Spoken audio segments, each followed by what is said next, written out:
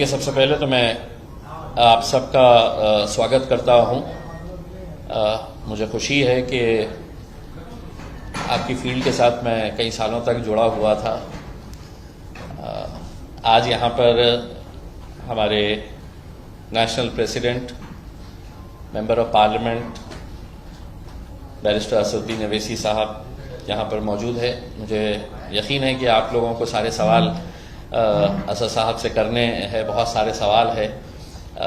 शुरुआत में मैं सिर्फ इतना कहना चाहता हूँ, जो दो बातों की जिम्मेदारी असद साहब ने मुझे दी है। एक तो ये बता दें कि आज की जो नेशनल कॉन्फ्रेंस हम ऑर्गेनाइज करने जा रहे हैं, ये फर्स्ट नेशनल कॉन्फ्रेंस है AIMIM पार्टी की, और इसमें तकरीबन 16 राज्यों के हमारे पदाधिकारी, हमारे स्टेट प्रेसिडेंट्स, हमारे पूरे MLAs, MPs, MLCs, ये सब यहाँ पर आए हुए हैं। कुछ ही देर के बाद ये कॉन्फ्रेंस यहाँ पे मीटिंग हॉल के अंदर यहाँ पे शुरू होने वाली है। यहाँ पे हम लोगों ने, चूंकि ये क्लोज डोर है, तो इसमें सिर्फ state presidents, MLAs, MLCs, MPs रहेंगे। बेसिकली ये है कि MIM पार्टी अब पूरे देश भर में फैल चुकी है और बहुत अच्छा हमें रिस्पांस मिल रहा है।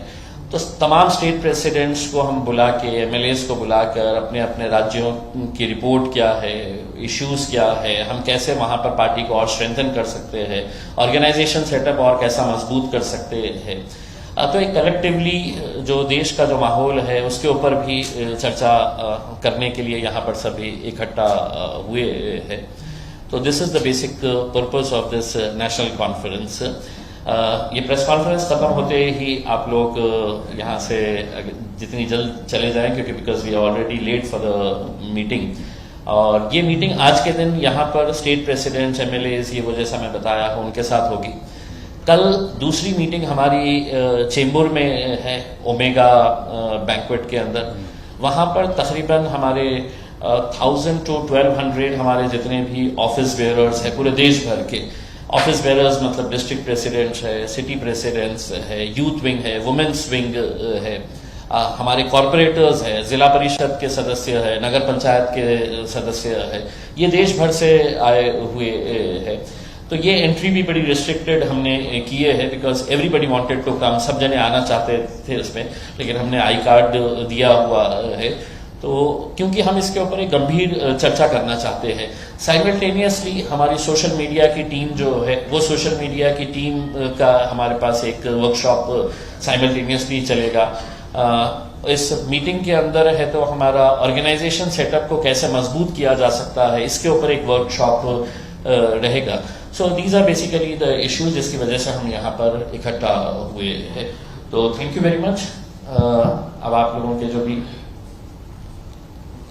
दूसरा मुझसे ये है, और यकीनन आप लोग ये सवाल करेंगे और उसका जवाब मेरा देना जरूरी इस वजह से है कि मैं उस क्षेत्र से आता हूं जहां पर सरकार ने कल एक नई छेड़ कर दी है कि हम औरंगाबाद शहर का नाम बदल दिए है करके।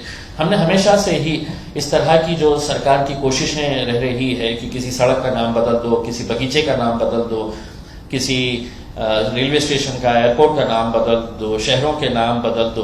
तो ये मुद्दों का हमने पहले से ही विरोध किया है, और इसलिए किया है कि इतिहास अच्छा हो सकता है, इतिहास बुरा हो सकता है। आप इतिहास के पन्नों को किताबों से फाड़ सकते हैं, आप अपने बोर्ड को वहां से हटाकर अपना बोर्ड लगा सकते हैं, लेकिन इतिहास इतिहास है। औरंगाबाद शहर एक तारीखी शहर है, एक हिस्टोरिकल, वर्ल्ड ओवर एक इम्पॉर्टेंट शहर है। पूरी दुनिया के अंदर, पूरे वर्ल्ड में अगर 2 वर्ल्ड हेरिटेज मॉन्यूमेंट्स कहीं पर है तो वो हमारे औरंगाबाद के अंदर है। आप कितना कन्वीनियंटली है तो शहर का नाम बदल देते हैं, उसका रिपरकशंस, उसका इम्पैक्ट क्या होने वाला है, फाइनेंशियल इम्प्लीकेशन कितना होने वाला है। जो हमारे स्टूडेंट्स हजारों की संख्या के अंदर बाहर पढ़ने के लिए गए हैं, उनको अब कितनी दिक्कतों का सामना करना पड़ेगा, सारे डॉक्यूमेंट चेंज करने पड़ते हैं। तो ये सब चीजों को देखते हुए हम इसका विरोध पहले से भी करते आए हैं। हमने तो औरंगाबाद के अंदर एक भव्य मोर्चा भी निकाला था and people from all caste religion सभी लोग उस मोर्चे के अंदर शामिल हुए थे, जिन्होंने ये कहा था कि नहीं, हमको औरंगाबाद शहर का नाम ही रखना है करके। आज सरकार के पास आंकड़े हैं, आज सरकार के पास नंबर्स है, हुकूमत है, तो एक तरीके से डिक्टेटरशिप हो गई है कि लोगों को कॉन्फिडेंस में लिए बिना, भाई मेरे शहर का फैसला मेरे शहर की जनता तय करेगी, ना कि मुंबई में बैठे हुए उद्धव ठाकरे साहब करेंगे, ना एकनाथ शिंदे साहब करेंगे, ना देवेंद्र फडणवीस साहब करेंगे। इसमें आप कम से कम आके हैं तो हमारी जनता से, औरंगाबाद में रहने वाले लोगों से, उनसे ये पूछिएगा। उसमें अब चूंकि नाम बदल चुके हैं आपने, तो मैं आपसे ये सवाल करना चाहूंगा कि आपने इस शहर के लिए, अब चूंकि इतने महान शख्सियत के नाम के ऊपर आपने ये किए हैं, तो कितने हजार करोड़ रुपए का आप पैकेज दे रहे हैं ताकि इस शहर को हम अंतर्राष्ट्रीय दर्जे का सबसे बेहतरीन शहर बना सके। मेरा ये सवाल सरकार से ये है कि अब चूंकि नाम बदलने का आपने फैसला ले ही लिया है, तो क्या जिस शहर के अंदर 8-8 दिन के बाद आज भी पानी मिलता है, वहां पर कल से हर रोज पानी मिलने वाला है? इसका जवाब दे दे देवेंद्र फडणवीस साहब। क्या जो मेरे जिले के अंदर शेतकरी आत्महत्या कर रहे हैं, अब आत्महत्या नहीं करेंगे क्योंकि शहर का नाम बदल गया है? क्या मेरे शहर के जो बेरोजगार है, जो नौकरियों की तलाश के अंदर है, क्या उन्हें अब नौकरियां मिलने वाली है? इसका जवाब एकनाथ शिंदे साहब, उद्धव साहब दे दें करके। उसमें जब आपके पास दिखाने के लिए कुछ नहीं रहता है, तो इन्हीं मुद्दों को आप इमोशनल इश्यू बनाकर किस तरह से लोगों का मन डाइवर्ट करना है, ये सब साजिशें रची जाती है। हमने पहले भी इसका विरोध किया था, आगे भी जो लीगल तरीके से है वो लीगल तरीके से हमारा विरोध जारी रहेगा। ऑलरेडी ये मैटर हाईकोर्ट के अंदर है। आज सरकार जो एक मैटर सब जुडिस है उसके ऊपर फैसला ले लेती है, तो इसके जरिए सरकार ने एक मैसेज भी देने का काम किया है कि अब हम अदालतों को भी नहीं मानेंगे, हम अदालतों का भी नहीं सुनेंगे, हम फैसला करने वाले हैं करके।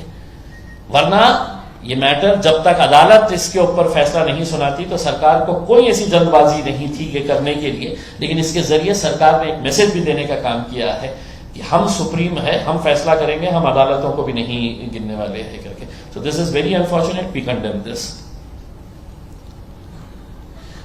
और बेसिकली देखिए, ये जो मुद्दा है, इसके अंदर आपसी जो लड़ाई है, पहले है तो उद्धव साहब की जब सरकार थी कांग्रेस और एनसीपी के साथ में, तब उन्होंने है तो कैबिनेट के अंदर डिसीजन ले लिया बाहर निकल कर आके, और उस कैबिनेट के अंदर जब डिसीजन लिया गया है तो इक्वली गुनहगार जो थे वो सो कॉल्ड सेक्युलर पार्टीज अपने को कहने वाले कांग्रेस और एनसीपी भी उसके अंदर शामिल थी कैबिनेट के अंदर जब ये फैसला लिया गया था। उसके बाद जब उन्होंने फैसला ले लिया कि संभाजी नगर नाम रखने का है करके, तो एकनाथ शिंदे साहब और देवेंद्र फडणवीस साहब को लगा कि साहब ये इन्होंने नाम दिए हुए हैं, मुझे इसके अंदर कुछ ना कुछ तो बदलाव करना पड़ेगा, नहीं तो है तो ये क्रेडिट लेके चले जाएंगे। तो उन्होंने उसके आगे छत्रपति लगा दिया कि अब शहर का नाम ये रहेगा करके। उसमें मेरा ये कहना है कि जितने गुनहगार शिवसेना और भारतीय जनता पार्टी है, कांग्रेस और एनसीपी के मंत्रियों ने साफ तरीके से कहा है। मैं आपको एनसीपी की शरद पवार साहब की जो मोहतरमा बेटी है, उन्होंने कुछ दिन पहले फ्लाइट में जा रहे थे तो उन्होंने है तो ट्विटर के ऊपर ये डाला था कि मैं संभाजी नगर से उड़ रही हूं करके। उसमें तो यानी कि आपका ये है कि कम से कम लोगों की भावना को आप समझते कि लोग क्या चाहते हैं करके, लेकिन आपकी राजनीति की वजह से आप ये जो फैसले कर रही है, मैं कड़ी निंदा करता हूं ये तमाम राजनीतिक पार्टियों की, कांग्रेस की, एनसीपी की, और मैं चाहूंगा कि उनके लीडर्स, जितने भी बड़े बड़े लीडर्स हैं, उन्होंने साफ शब्दों के अंदर ये कहना चाहिए, चाहे वो शरद पवार साहब हो, सुप्रिया सुले मैडम हो, अजित पवार दादा हो, कि अब ये फैसला लिया गया है, तुम इसका स्वागत करते हैं या इसका विरोध करते हैं। कांग्रेस के बड़े नेताओं ने तो खुलकर कहना चाहिए ताकि हमको भी समझ में आ जाए कि आप लोग जब सत्ता में रहते हैं तो आप क्या करते हैं, और सत्ता के बाहर चले जाते हैं तो आप क्या करते हैं करके। We have always condemned that and we will continue to raise our voice and protest against this. Thank you. Sir एक प्रश्न होता तुम्हाला, जेव्हा एकनाथ शिंदे बाहेर पडले तेव्हा उद्धव ठाकरे यांनी देवेंद्र फडणवीसांना फोन केला होता की तुम्ही आता मुख्यमंत्री बना, पण फडणवीसांनी सांगितले की आताची वेळ निघून गेलेली आहे। त्यांचं जे भांडण आहे, त्यांच्या भांडणामध्ये मी कशाला उडी मारू? माझ्यासाठी तर चांगलं आहे। माझी तर प्रार्थना असणार आहे की हे जो दोन गट झालेले आहेत शिवसेनेचे, त्या 2 गटाच्या ऐवजी 3 गट होऊ द्या, 4 गट होऊ द्या, तुम्ही भांडत राहा. पण हे एक नक्की आपल्याला सांगतो की या भांडणामध्ये जे मराठी माणसाला मागे टाकण्याचा जे प्रयत्न भारतीय जनता पार्टीने केलेला आहे. एकनाथ शिंदे साहेबांना असं वाटत असेल मी मुख्यमंत्री आहे. नाही साहेब, तुमचा रिमोट कंट्रोल देवेंद्र फडणवीसांच्या हातात आहे, अमित शहाच्या हातात आहे. तुम्ही एक मेसेज दिलेला आहे की आम्हाला मराठी माणसाची काही देणं घेणं नाही आहे. उद्धव ठाकरे साहेब जेव्हा आले होते सत्तेमध्ये फक्त कुर्सीसाठी काँग्रेस आणि राष्ट्रवादी काँग्रेस सोबत तुमचा जन्मच झाला होता. तुमच्या पार्टीचा जन्मच या मुद्द्यावर झाला होता की आम्ही काँग्रेस आणि राष्ट्रवादीचा विरोध करणार आहे म्हणून आम्ही शिवसेना स्थापित केलेली आहे. फक्त कुर्सीसाठी तुम्ही केलं. आणि आता एकनाथ शिंदे साहेब जे करत आहे ते मराठी माणसांच्या डोक्यावर गुजराती लोकांना कशा आणून तुम्ही बसवलेले आहे हे मराठी लोक कधी तुम्हाला माफ करणार नाही. ये बाकी के जो है सवाल अब ओवैसी साहब. अरे इनको ही पूछना है पूरा. आप ही कराइए, आप ही बताइए. नहीं, मेरी आपसे ये रिक्वेस्ट है कि आप मेरा अपना वक्त भी मेरा वक्त भी बचाइए. और इम्तियाज साहब ने पूरी तफसील डिटेल आपको बता दिया है तो उसको रिपीट मत करिए. अगर आपको कोई सवाल है तो उसको पूछ लीजिए. अब कितना टाइम है अपने 10 बजे तो हमको कॉन्फ्रेंस. हाँ, तो आपके पास 15 मिनट है. 1 2 3 4 5 6 तो 20 सवालात आप पूछ सकते हैं मेरे से. तो मैं गिनूंगा. 20 सवाल के बाद मैं जवाब नहीं दूंगा. तो आप लोग अब आप डिसाइड कर लो. हाँ, विदाउट माइक चलिए 5 पकड़ लीजिए, 25 कर लीजिए. शुरू करिए. सवाल आपका है तो बोलिए. अधिवेशन का एजेंडा आप बता दीजिए.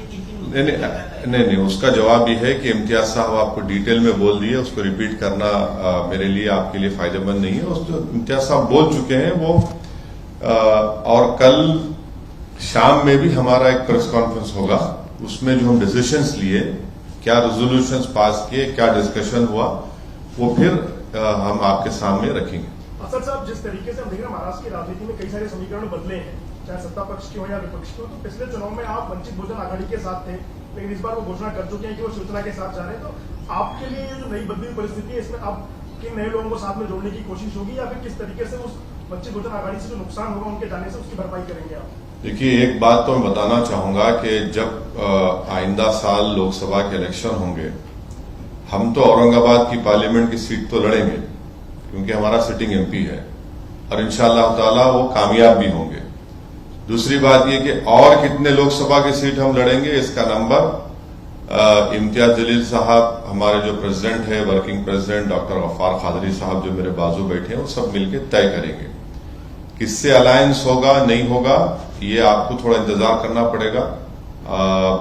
इतना जल्दी डिटेल बताना सही नहीं होगा, मगर ये फैक्ट है जो आपके सामने मैं रख रहा हूं. क्या फर्क पड़ेगा वंचित बहुजन आघाड़ी? आपका 2 सवाल हो, 3 हो गए. इसी सवाल में सर है, उनके जाने से कितना फर्क नहीं, पड़ेगा? मैं उनको मुबारकबाद, और जहां कहीं भी गए उनको मुबारकबाद. सर, एक सवाल है.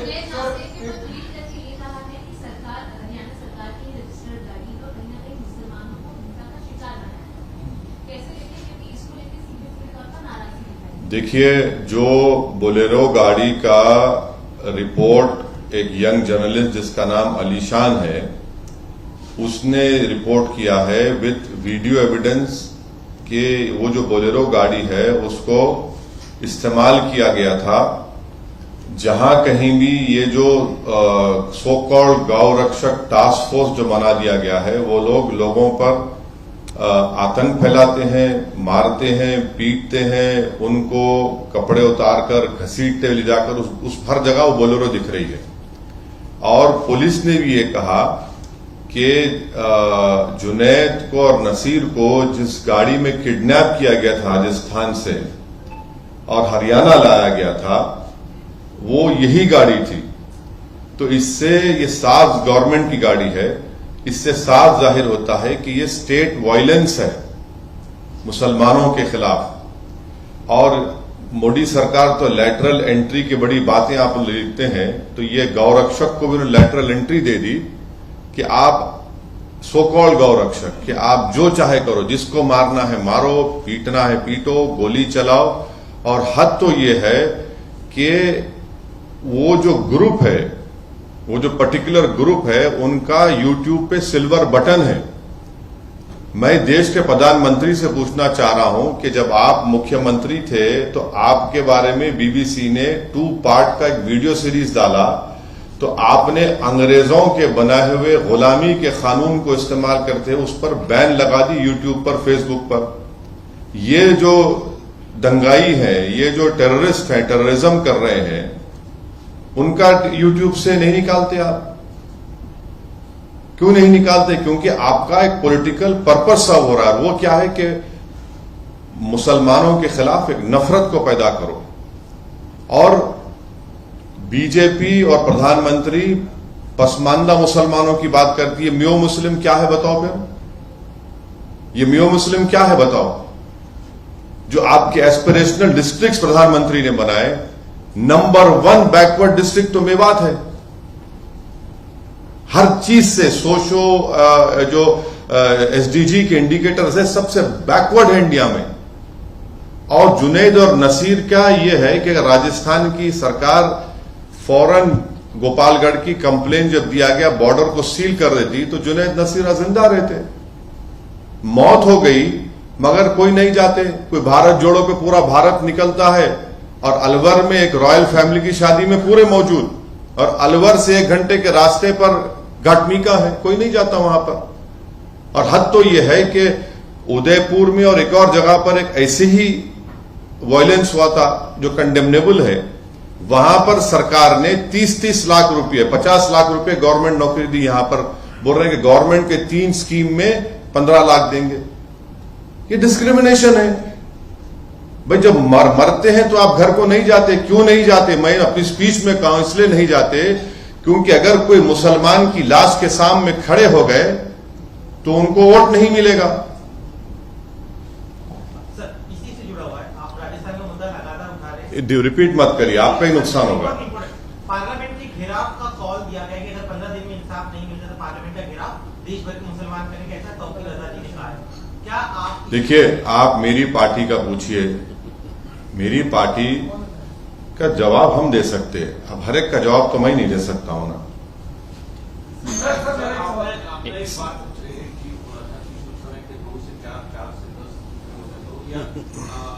बीजेपी की बोले तो उसका फायदा आपको होगा, लेकिन यहाँ जहाँ ताकतवर है, फाइट अच्छा सा किया है, वहाँ कांग्रेस का लॉस हुआ। क्या हुआ है? कांग्रेस कहाँ पे बताइए? कहाँ? औरंगाबाद से 21 साल से शिवसेना का एमपी था ना। आप जर्नलिस्ट रह के सब बात नहीं करना मेरे भाई। सुनो, अब आप रात के 3 बजे मेरे को उठा के सवाल करेंगे तो मैं ऑटो प्ले पे आ जाता हूं। तो सुनो, आप देखो कांग्रेस का एक बहस में अपन बहस नहीं करेंगे। आप वो फेमस एंकर मत बन जाओ 9 बजे की तरह। तो आप ये सुनिए, राहुल गांधी कैसा हारे? मेरी वजह से हारे। नहीं, आप सुनो, मेरी वजह से हारे राहुल गांधी। हारे ना, हार गए, मान लिए ना। अरे राहुल गांधी इलेक्शन में हारे ना, जिंदगी में नहीं हारे। वो तो मेरे को नहीं मालूम, वो आप बोलेंगे। नहीं, मैं नहीं बोल सकता। तो हारे मर वो हार गए। अब वो 186 लोकसभा सीट्स पर कांग्रेस बीजेपी लड़ी, सिर्फ 186, कोई नहीं था। अनफॉर्चुनेटली मैं नहीं था। तब भी खाली 16 सीट जीती 2019 में। मैं जिम्मेदार हूं। कब तक आप ये बात करेंगे? हम लड़ेंगे, और जो कोई भी वंचित समाज पे जुल्म करेगा, लड़ेंगे, जीतेंगे, हराएंगे भी उनको। ये अब सुन लीजिए, ये डेमोक्रेसी है, कोई तानाशाही नहीं है। ये जो एंटाइटलमेंट की पॉलिटिक्स की बात करते हैं ना, उनको लगता है कि ये क्यों आ रहे हैं लोग। अरे भाई, वो राजा रजवाड़े खत्म हो चुके हैं। ये जमहूरियत है, लोकशाही है। आप मेरे को रोक नहीं सकते। हम लड़ेंगे। हमारा संविधान इस बात का दिया है। जहां कहीं भी हम लड़ रहे, यूपी की बात करते, कितने सीट कांग्रेस लड़ी यूपी में बोलो भाई? 400। बीएसपी लड़ी 400। ये सवाल उनसे नहीं किया जाता। क्यों नहीं किया जाता भाई? क्योंकि उन मुसलमान नहीं है। ये प्रॉब्लम है। चलिए, अभी 6 सवाल हो गए। सर, मेरा एक सवाल है कि पंजाब में इस बार फिर खालिस्तान का मुद्दा उठता दिख रहा है, जहां पर खालिस्तानी समर्थक अमित शाह गृह मंत्री है, उन्हें एक बात बताइए, हाँ मैं समझ जानता हूं, एक बात बताइए, अगर वो भाषा, वो वर्ड्स अगर मजलिस का एक छोटा मेंबर दे देता तो आप लोग तो अब तक उसकी एक नहीं 25 शादी कर दी होते टीवी चैनल के ऊपर। नहीं करा आपने। और बीजेपी भी बड़ी उसको उर्दू में एक वर्ड है माने खैज, खामोशी। माने खैज खामोशी बीजेपी की है। ये समझ में नहीं आ रहा हमको क्या चल रहा है वहां पर। और तीसरा, कल आए थे ना छोटा रिचार्ज मुंबई में, उनसे पूछ लेते आप क्या हो रहा है। उनकी सरकार है, मेरी सरकार तो नहीं है ना, उनको भी पूछ लेते। सर, उनका तो ये कहना था, भगवत मान का ये कहना था कि पंजाब में लॉ एंड ऑर्डर मेंटेन है। हाँ, बिल्कुल है, बिल्कुल है। क्या आप सरकार पे सवाल उठा रहे हैं? नहीं, बिल्कुल है, मैं भी कह रहा हूं, बिल्कुल है, दिख रहा है ना हमारे को। थोड़ा बहुत हम उतने उनसे छोटा रिचार्ज की तरह उतना हमको दिमाग नहीं है, मगर थोड़ा तो दिख रहा है हमको क्या हो रहा है। इतना तो हम देखिए, एमआईएम पार्टी तो इतना तो पॉलिटिकल सेंस है हमारे को, हम ये बोल सकते हैं कि बारिश कब होने वाली है। हम हवाओं में सूंघकर मिट्टी की खुशबू, मिट्टी आने के बाद हम नहीं बोलते कि बारिश होने वाली है, हम ये जरूर बोलेंगे बारिश होने वाली है। सर एक सवाल अभी क्या कर रही है मांग रही है? हाँ, completed, it is complete. Sir एक सवाल है, वैसे 2 सवाल है, लेकिन पहला सवाल ये है कि जिस तरीके से आप लोग आपने जिक्र किया कि डेमोक्रेसी है यहाँ पर, हाँ? जिस तरीके से आपने बोला कि यहाँ पर डेमोक्रेसी है, तानाशाही नहीं है, हाँ। तो इसी से जरा सवाल एक ये है कि जिस तरीके से आपने देखा शिवसेना के बारे में जो हुआ, इलेक्शन कमीशन ने जो डिसीजन दिया, तोड़ मोड़ कर जो भाजपा ने सरकार बनाई शिंदे के साथ में, हाँ। लेकिन बाद में जो इलेक्शन कमीशन ने जो डिसीजन दिया, बिल्कुल। जो चुनाव चिन्ह था वो चला गया। हाँ। क्या इलेक्शन के कमीशन के निर्णय के ऊपर आप किस तरीके से देखते हैं? ये पहला सवाल। और दूसरा सवाल ये है, हाँ, बोलिए दूसरा सर। सवाल ये है कि आपने देखा कि कल उद्धव ठाकरे से अरविंद केजरीवाल मिले, जैसे कि सब लोग अभी बोल रहे हैं कि छोटी छोटी रीजनल पार्टियां एक साथ आकर अच्छा। बीजेपी से लड़नी चाहिए, तो आपका एजेंडा क्या है? सबसे पहली बात तो ये बताइए, आपका सवाल ये भी होना चाहिए था, अगर आपका इख्तियार है, कि बिहार में मेरे 4 एमएलए को तोड़ दिए कांग्रेस राजद, वो अच्छा काम था क्या? बोलो, आपको पूछना चाहिए था। जब यहां गलत हुआ तो वहां सही हुआ क्या? क्योंकि ये सेकुलरिज्म के ठेकेदार हैं, ये चंगेज खान की तरह काम करेंगे तो नहीं, वो उनको चंगेज मत बोलो। यहां पर होगा महाराष्ट्र में तो चंगेज है जो भी कर रहे हैं। अरे भाई, चंगेज दोनों जगह भी होता है ना, एक जगह कहां होता है? दोनों जगह होता है। सर, डॉक्टर उदीत राजवी का कहना है कि अगर मोदी जी आपकी राजनीतिक कब्र न खुली तो देश की उठ जाएगी। कौन बोले ये? डॉक्टर उदीत राज है आईएमसी में। क्या बोला उन्होंने? उन्होंने कहा कि अगर मोदी जी आपकी राजनीतिक कब्र न खुली तो देश की उठ जाएगी, दोनों में से कुछ एक जरूरी। नहीं, मैं तो इस पर नहीं बोल सकता मैडम। मैं खबर बनाने का एक्सपर्ट नहीं हूं, मैं जिंदा रखने वालों में का एक्सपर्ट हूं। अब जिसकी खबर बनेंगी उन्हें फूल चढ़ाएंगे, मैं नहीं बोल सकता इस बारे में। एक सेकंड दो सवाल थे, उसमें से एक भी सवाल का जवाब नहीं, दोनों दिया मैं। आप, सर, एक सवाल का भी जवाब है, इलेक्शन कमीशन के डिसीजन के ऊपर। मैं दोनों दिया हूं ना, मैं दोनों दिया हूं, दूसरा जवाब था कि मैं दोनों दिया हूं। आपको पसंद नहीं आया तो कबूल कर लो आप। मैं आपकी जरूरी नहीं है कि आपको मुतमईन करके जाऊं। रीजनल पार्टी के ऊपर इंटरव्यू। हाँ, ठीक है। जब चुनाव, हम पहले ही इंट्रोडक्शन में आपने सवाल किया था, उसका जवाब दिया हूं। आप अटेंशन नहीं है, बोलिए। मेरा सवाल ये है कि लास्ट महीने में और पहले भी वाशी में, जहां नवी में सकल हिंदू समाज की मोर्चा होने वाली लव जिहाद और क्रॉस बॉर्डर को लेकर, सर इसके बारे में आपका क्या? ये उनको चाहते हैं कि लॉ महाराष्ट्र में जिले में हाँ, नहीं, ये तो है ना। इम्तियाज साहब ने बोला कि शेतकारी संगठन के लोग वो जो किसान खुदकुशी कर रहे, उस पर कोई धरना प्रदर्शन नहीं होगा। नौजवानों का बेरोजगारी उनका मुकद्दर बन चुका, उस पर कोई बात नहीं करेंगे। मगर किस पे बात करेंगे? इन मुद्दों पर, ताकि पूरे माहौल को गर्मा के रखे, एक पोलराइजेशन होता रहे, गंदगी फैलती रहे, और पूरा बीजेपी और आरएसएस, यहां की सरकार उसके पीछे है। इसीलिए उसमें इस तरह के स्पीचेस किए जाते हैं, और सुप्रीम कोर्ट ने भी उसका नोटिस लिया है। सुप्रीम कोर्ट ने कह दिया कि सो मोटो एक्शन लो, देखते हैं सो मोटो एक्शन लेंगे नहीं लेंगे। ये तो बिल्कुल इनका एजेंडा है, यही तो एजेंडा है उनका। सो इधर से काफी सवाल मध्य प्रदेश में ये कहा जा रहा है कि मदरसों के अंदर योग होना चाहिए, जैसे किसी भी शैक्षणिक संस्था के अंदर योग होता है वैसे मदरसों के अंदर भी होना चाहिए, क्योंकि मध्य प्रदेश के कई मदरसों के बच्चों ने इसको अपोज किया है कि हमारे इस्लाम में योग की कोई प्रथा नहीं है और न कि किसी शैक्षणिक संस्था के अंदर कंपल्शन होना। देखिए, जो मदरसा खोलते हैं ना, वो आर्टिकल 30 के तहत, फंडामेंटल राइट के तहत खोला जाता है। अब उसमें आप मेरा फंडामेंटल राइट मुझसे नहीं छीन सकते आप, वो मेरा फंडामेंटल राइट है, वो सरकार को समझने की जरूरत है। जब मैं इसको आर्टिकल 30 के तहत खोलता हूं तो आप कैसा किसी को फोर्स करेंगे? सर, मेरा एक सवाल है कि मुंब्रा में जो है आपने कहा कि हर जगह हम लोग ताकत से लड़ने की कोशिश करते हैं, हम लोग वहां पर लड़वा दें। आपके 2 बार एमएलए वहां पर लड़ने की कोशिश की है, एक एमएलए तो आपका जो है वो छोड़कर पार्टी चला गया।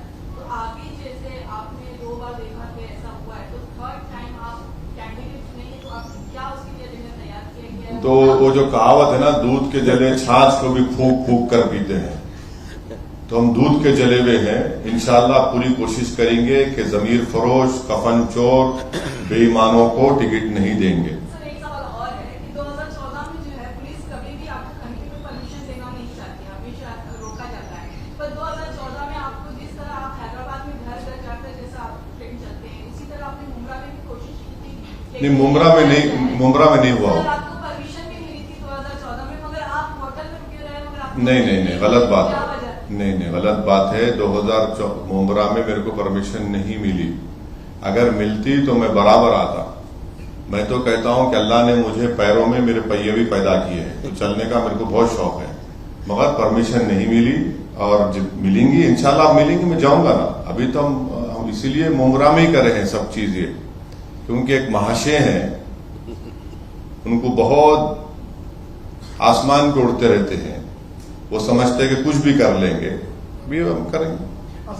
एक सेकंड जो नहीं पूछे, जो जिन्होंने नहीं पूछे पहले उनका हो जाने दीजिए। बात पे क्या कहना आपको? संभव 2024 में हिंदू परिषद और बजरंग दल बैन होना चाहिए। कौन? आईएमसी। हाँ, आईएमसी क्या आईएमसी क्या है? IFC क्या है? इंडिया मिलत काउंसिल। मैं नहीं जानता कौन सा ऑर्गेनाइजेशन है। अरे उनसे पूछ लो भाई, मेरे को क्यों पूछते? मेरा असद जी, 2024 के लिए संयुक्त विपक्ष की जो बातचीत हो रही है, उसमें आप कितनी संभावनाएं देखते हैं, या फिर आप किस तरफ खड़े हैं? अच्छा, आप उनसे बात करा दीजिए ना हमारी। आप हम चलो, मैं आपको इख्तियार दे रहा हूँ, चलो बात करो। आपको देता हूं मैं, आपको संभावनाएं नहीं, आपको देता हूं जिम्मेदारी। चलिए बात कराइए ना, हम तो बहुत बात करा दीजिए। अब मैं तो बोल रहा हूं बात करा दीजिए। अब वो बात नहीं करके आप लोग चलाते वो टीम, फुला टीम, ऐसा टीम। अरे वो बात करा दो ना। सर ठीक है सर, लेकिन एक सवाल उससे जुड़ा हुआ एक सवाल है, आप उसका जवाब नहीं देना चाहते, लेकिन ये जवाब तो देखिए कि अगर रीजनल पार्टी एक साथ आती है तो क्या बीजेपी को टक्कर दे सकेगी? क्या अगले चुनाव में एक बात सुनिए, आपका एक्सपीरियंस एक बात सुनिए।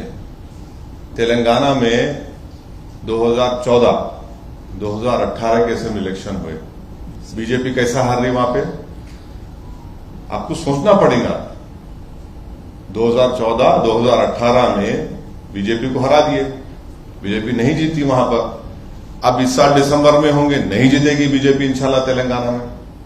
इसका क्रेडिट थोड़ा तो हमको दो। आटे में जितना नमक डाल दो उतना तो क्रेडिट दो मेरे को, इतना तो दिल बड़ा कर लो, उतना तो दो। नहीं, आपको नहीं बोल रहा हूं, आपको नहीं बोल रहा हूं मैंने। आपको क्यों बोलूंगा? मेरा आप मेरे दुश्मन है क्या पर्सनली? आप जर्नलिस्ट है, अपना काम कर रहे हैं आप। बस लास्ट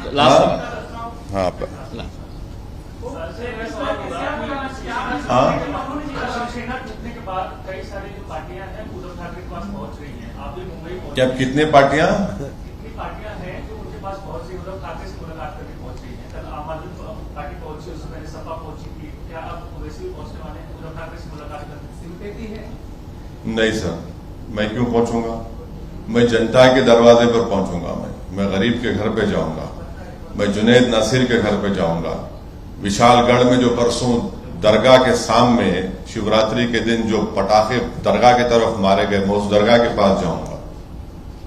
जिस पे जुल्म हो रहा है उसके पास जाऊंगा मैं।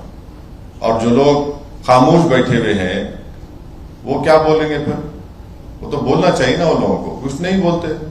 देखते हैं क्या, आपका क्या सवाल था? आपके घर पर हमला किया गया दिल्ली में, हाँ। पहले गोलियां चलाई गई, ऐसा है ना, ये नामर्द लोग हैं, इनको हिम्मत नहीं है, तो इनको लगता है कि मेरे घर पे आके तो पत्थर मारेंगे। मैं इन लोगों से बोलूंगा कि बेटा नेक्स्ट टाइम जब तुम आएंगे मेरे को बोल के आना, मैं रहूंगा घर पे, जब पत्थर मार के दिखाओ।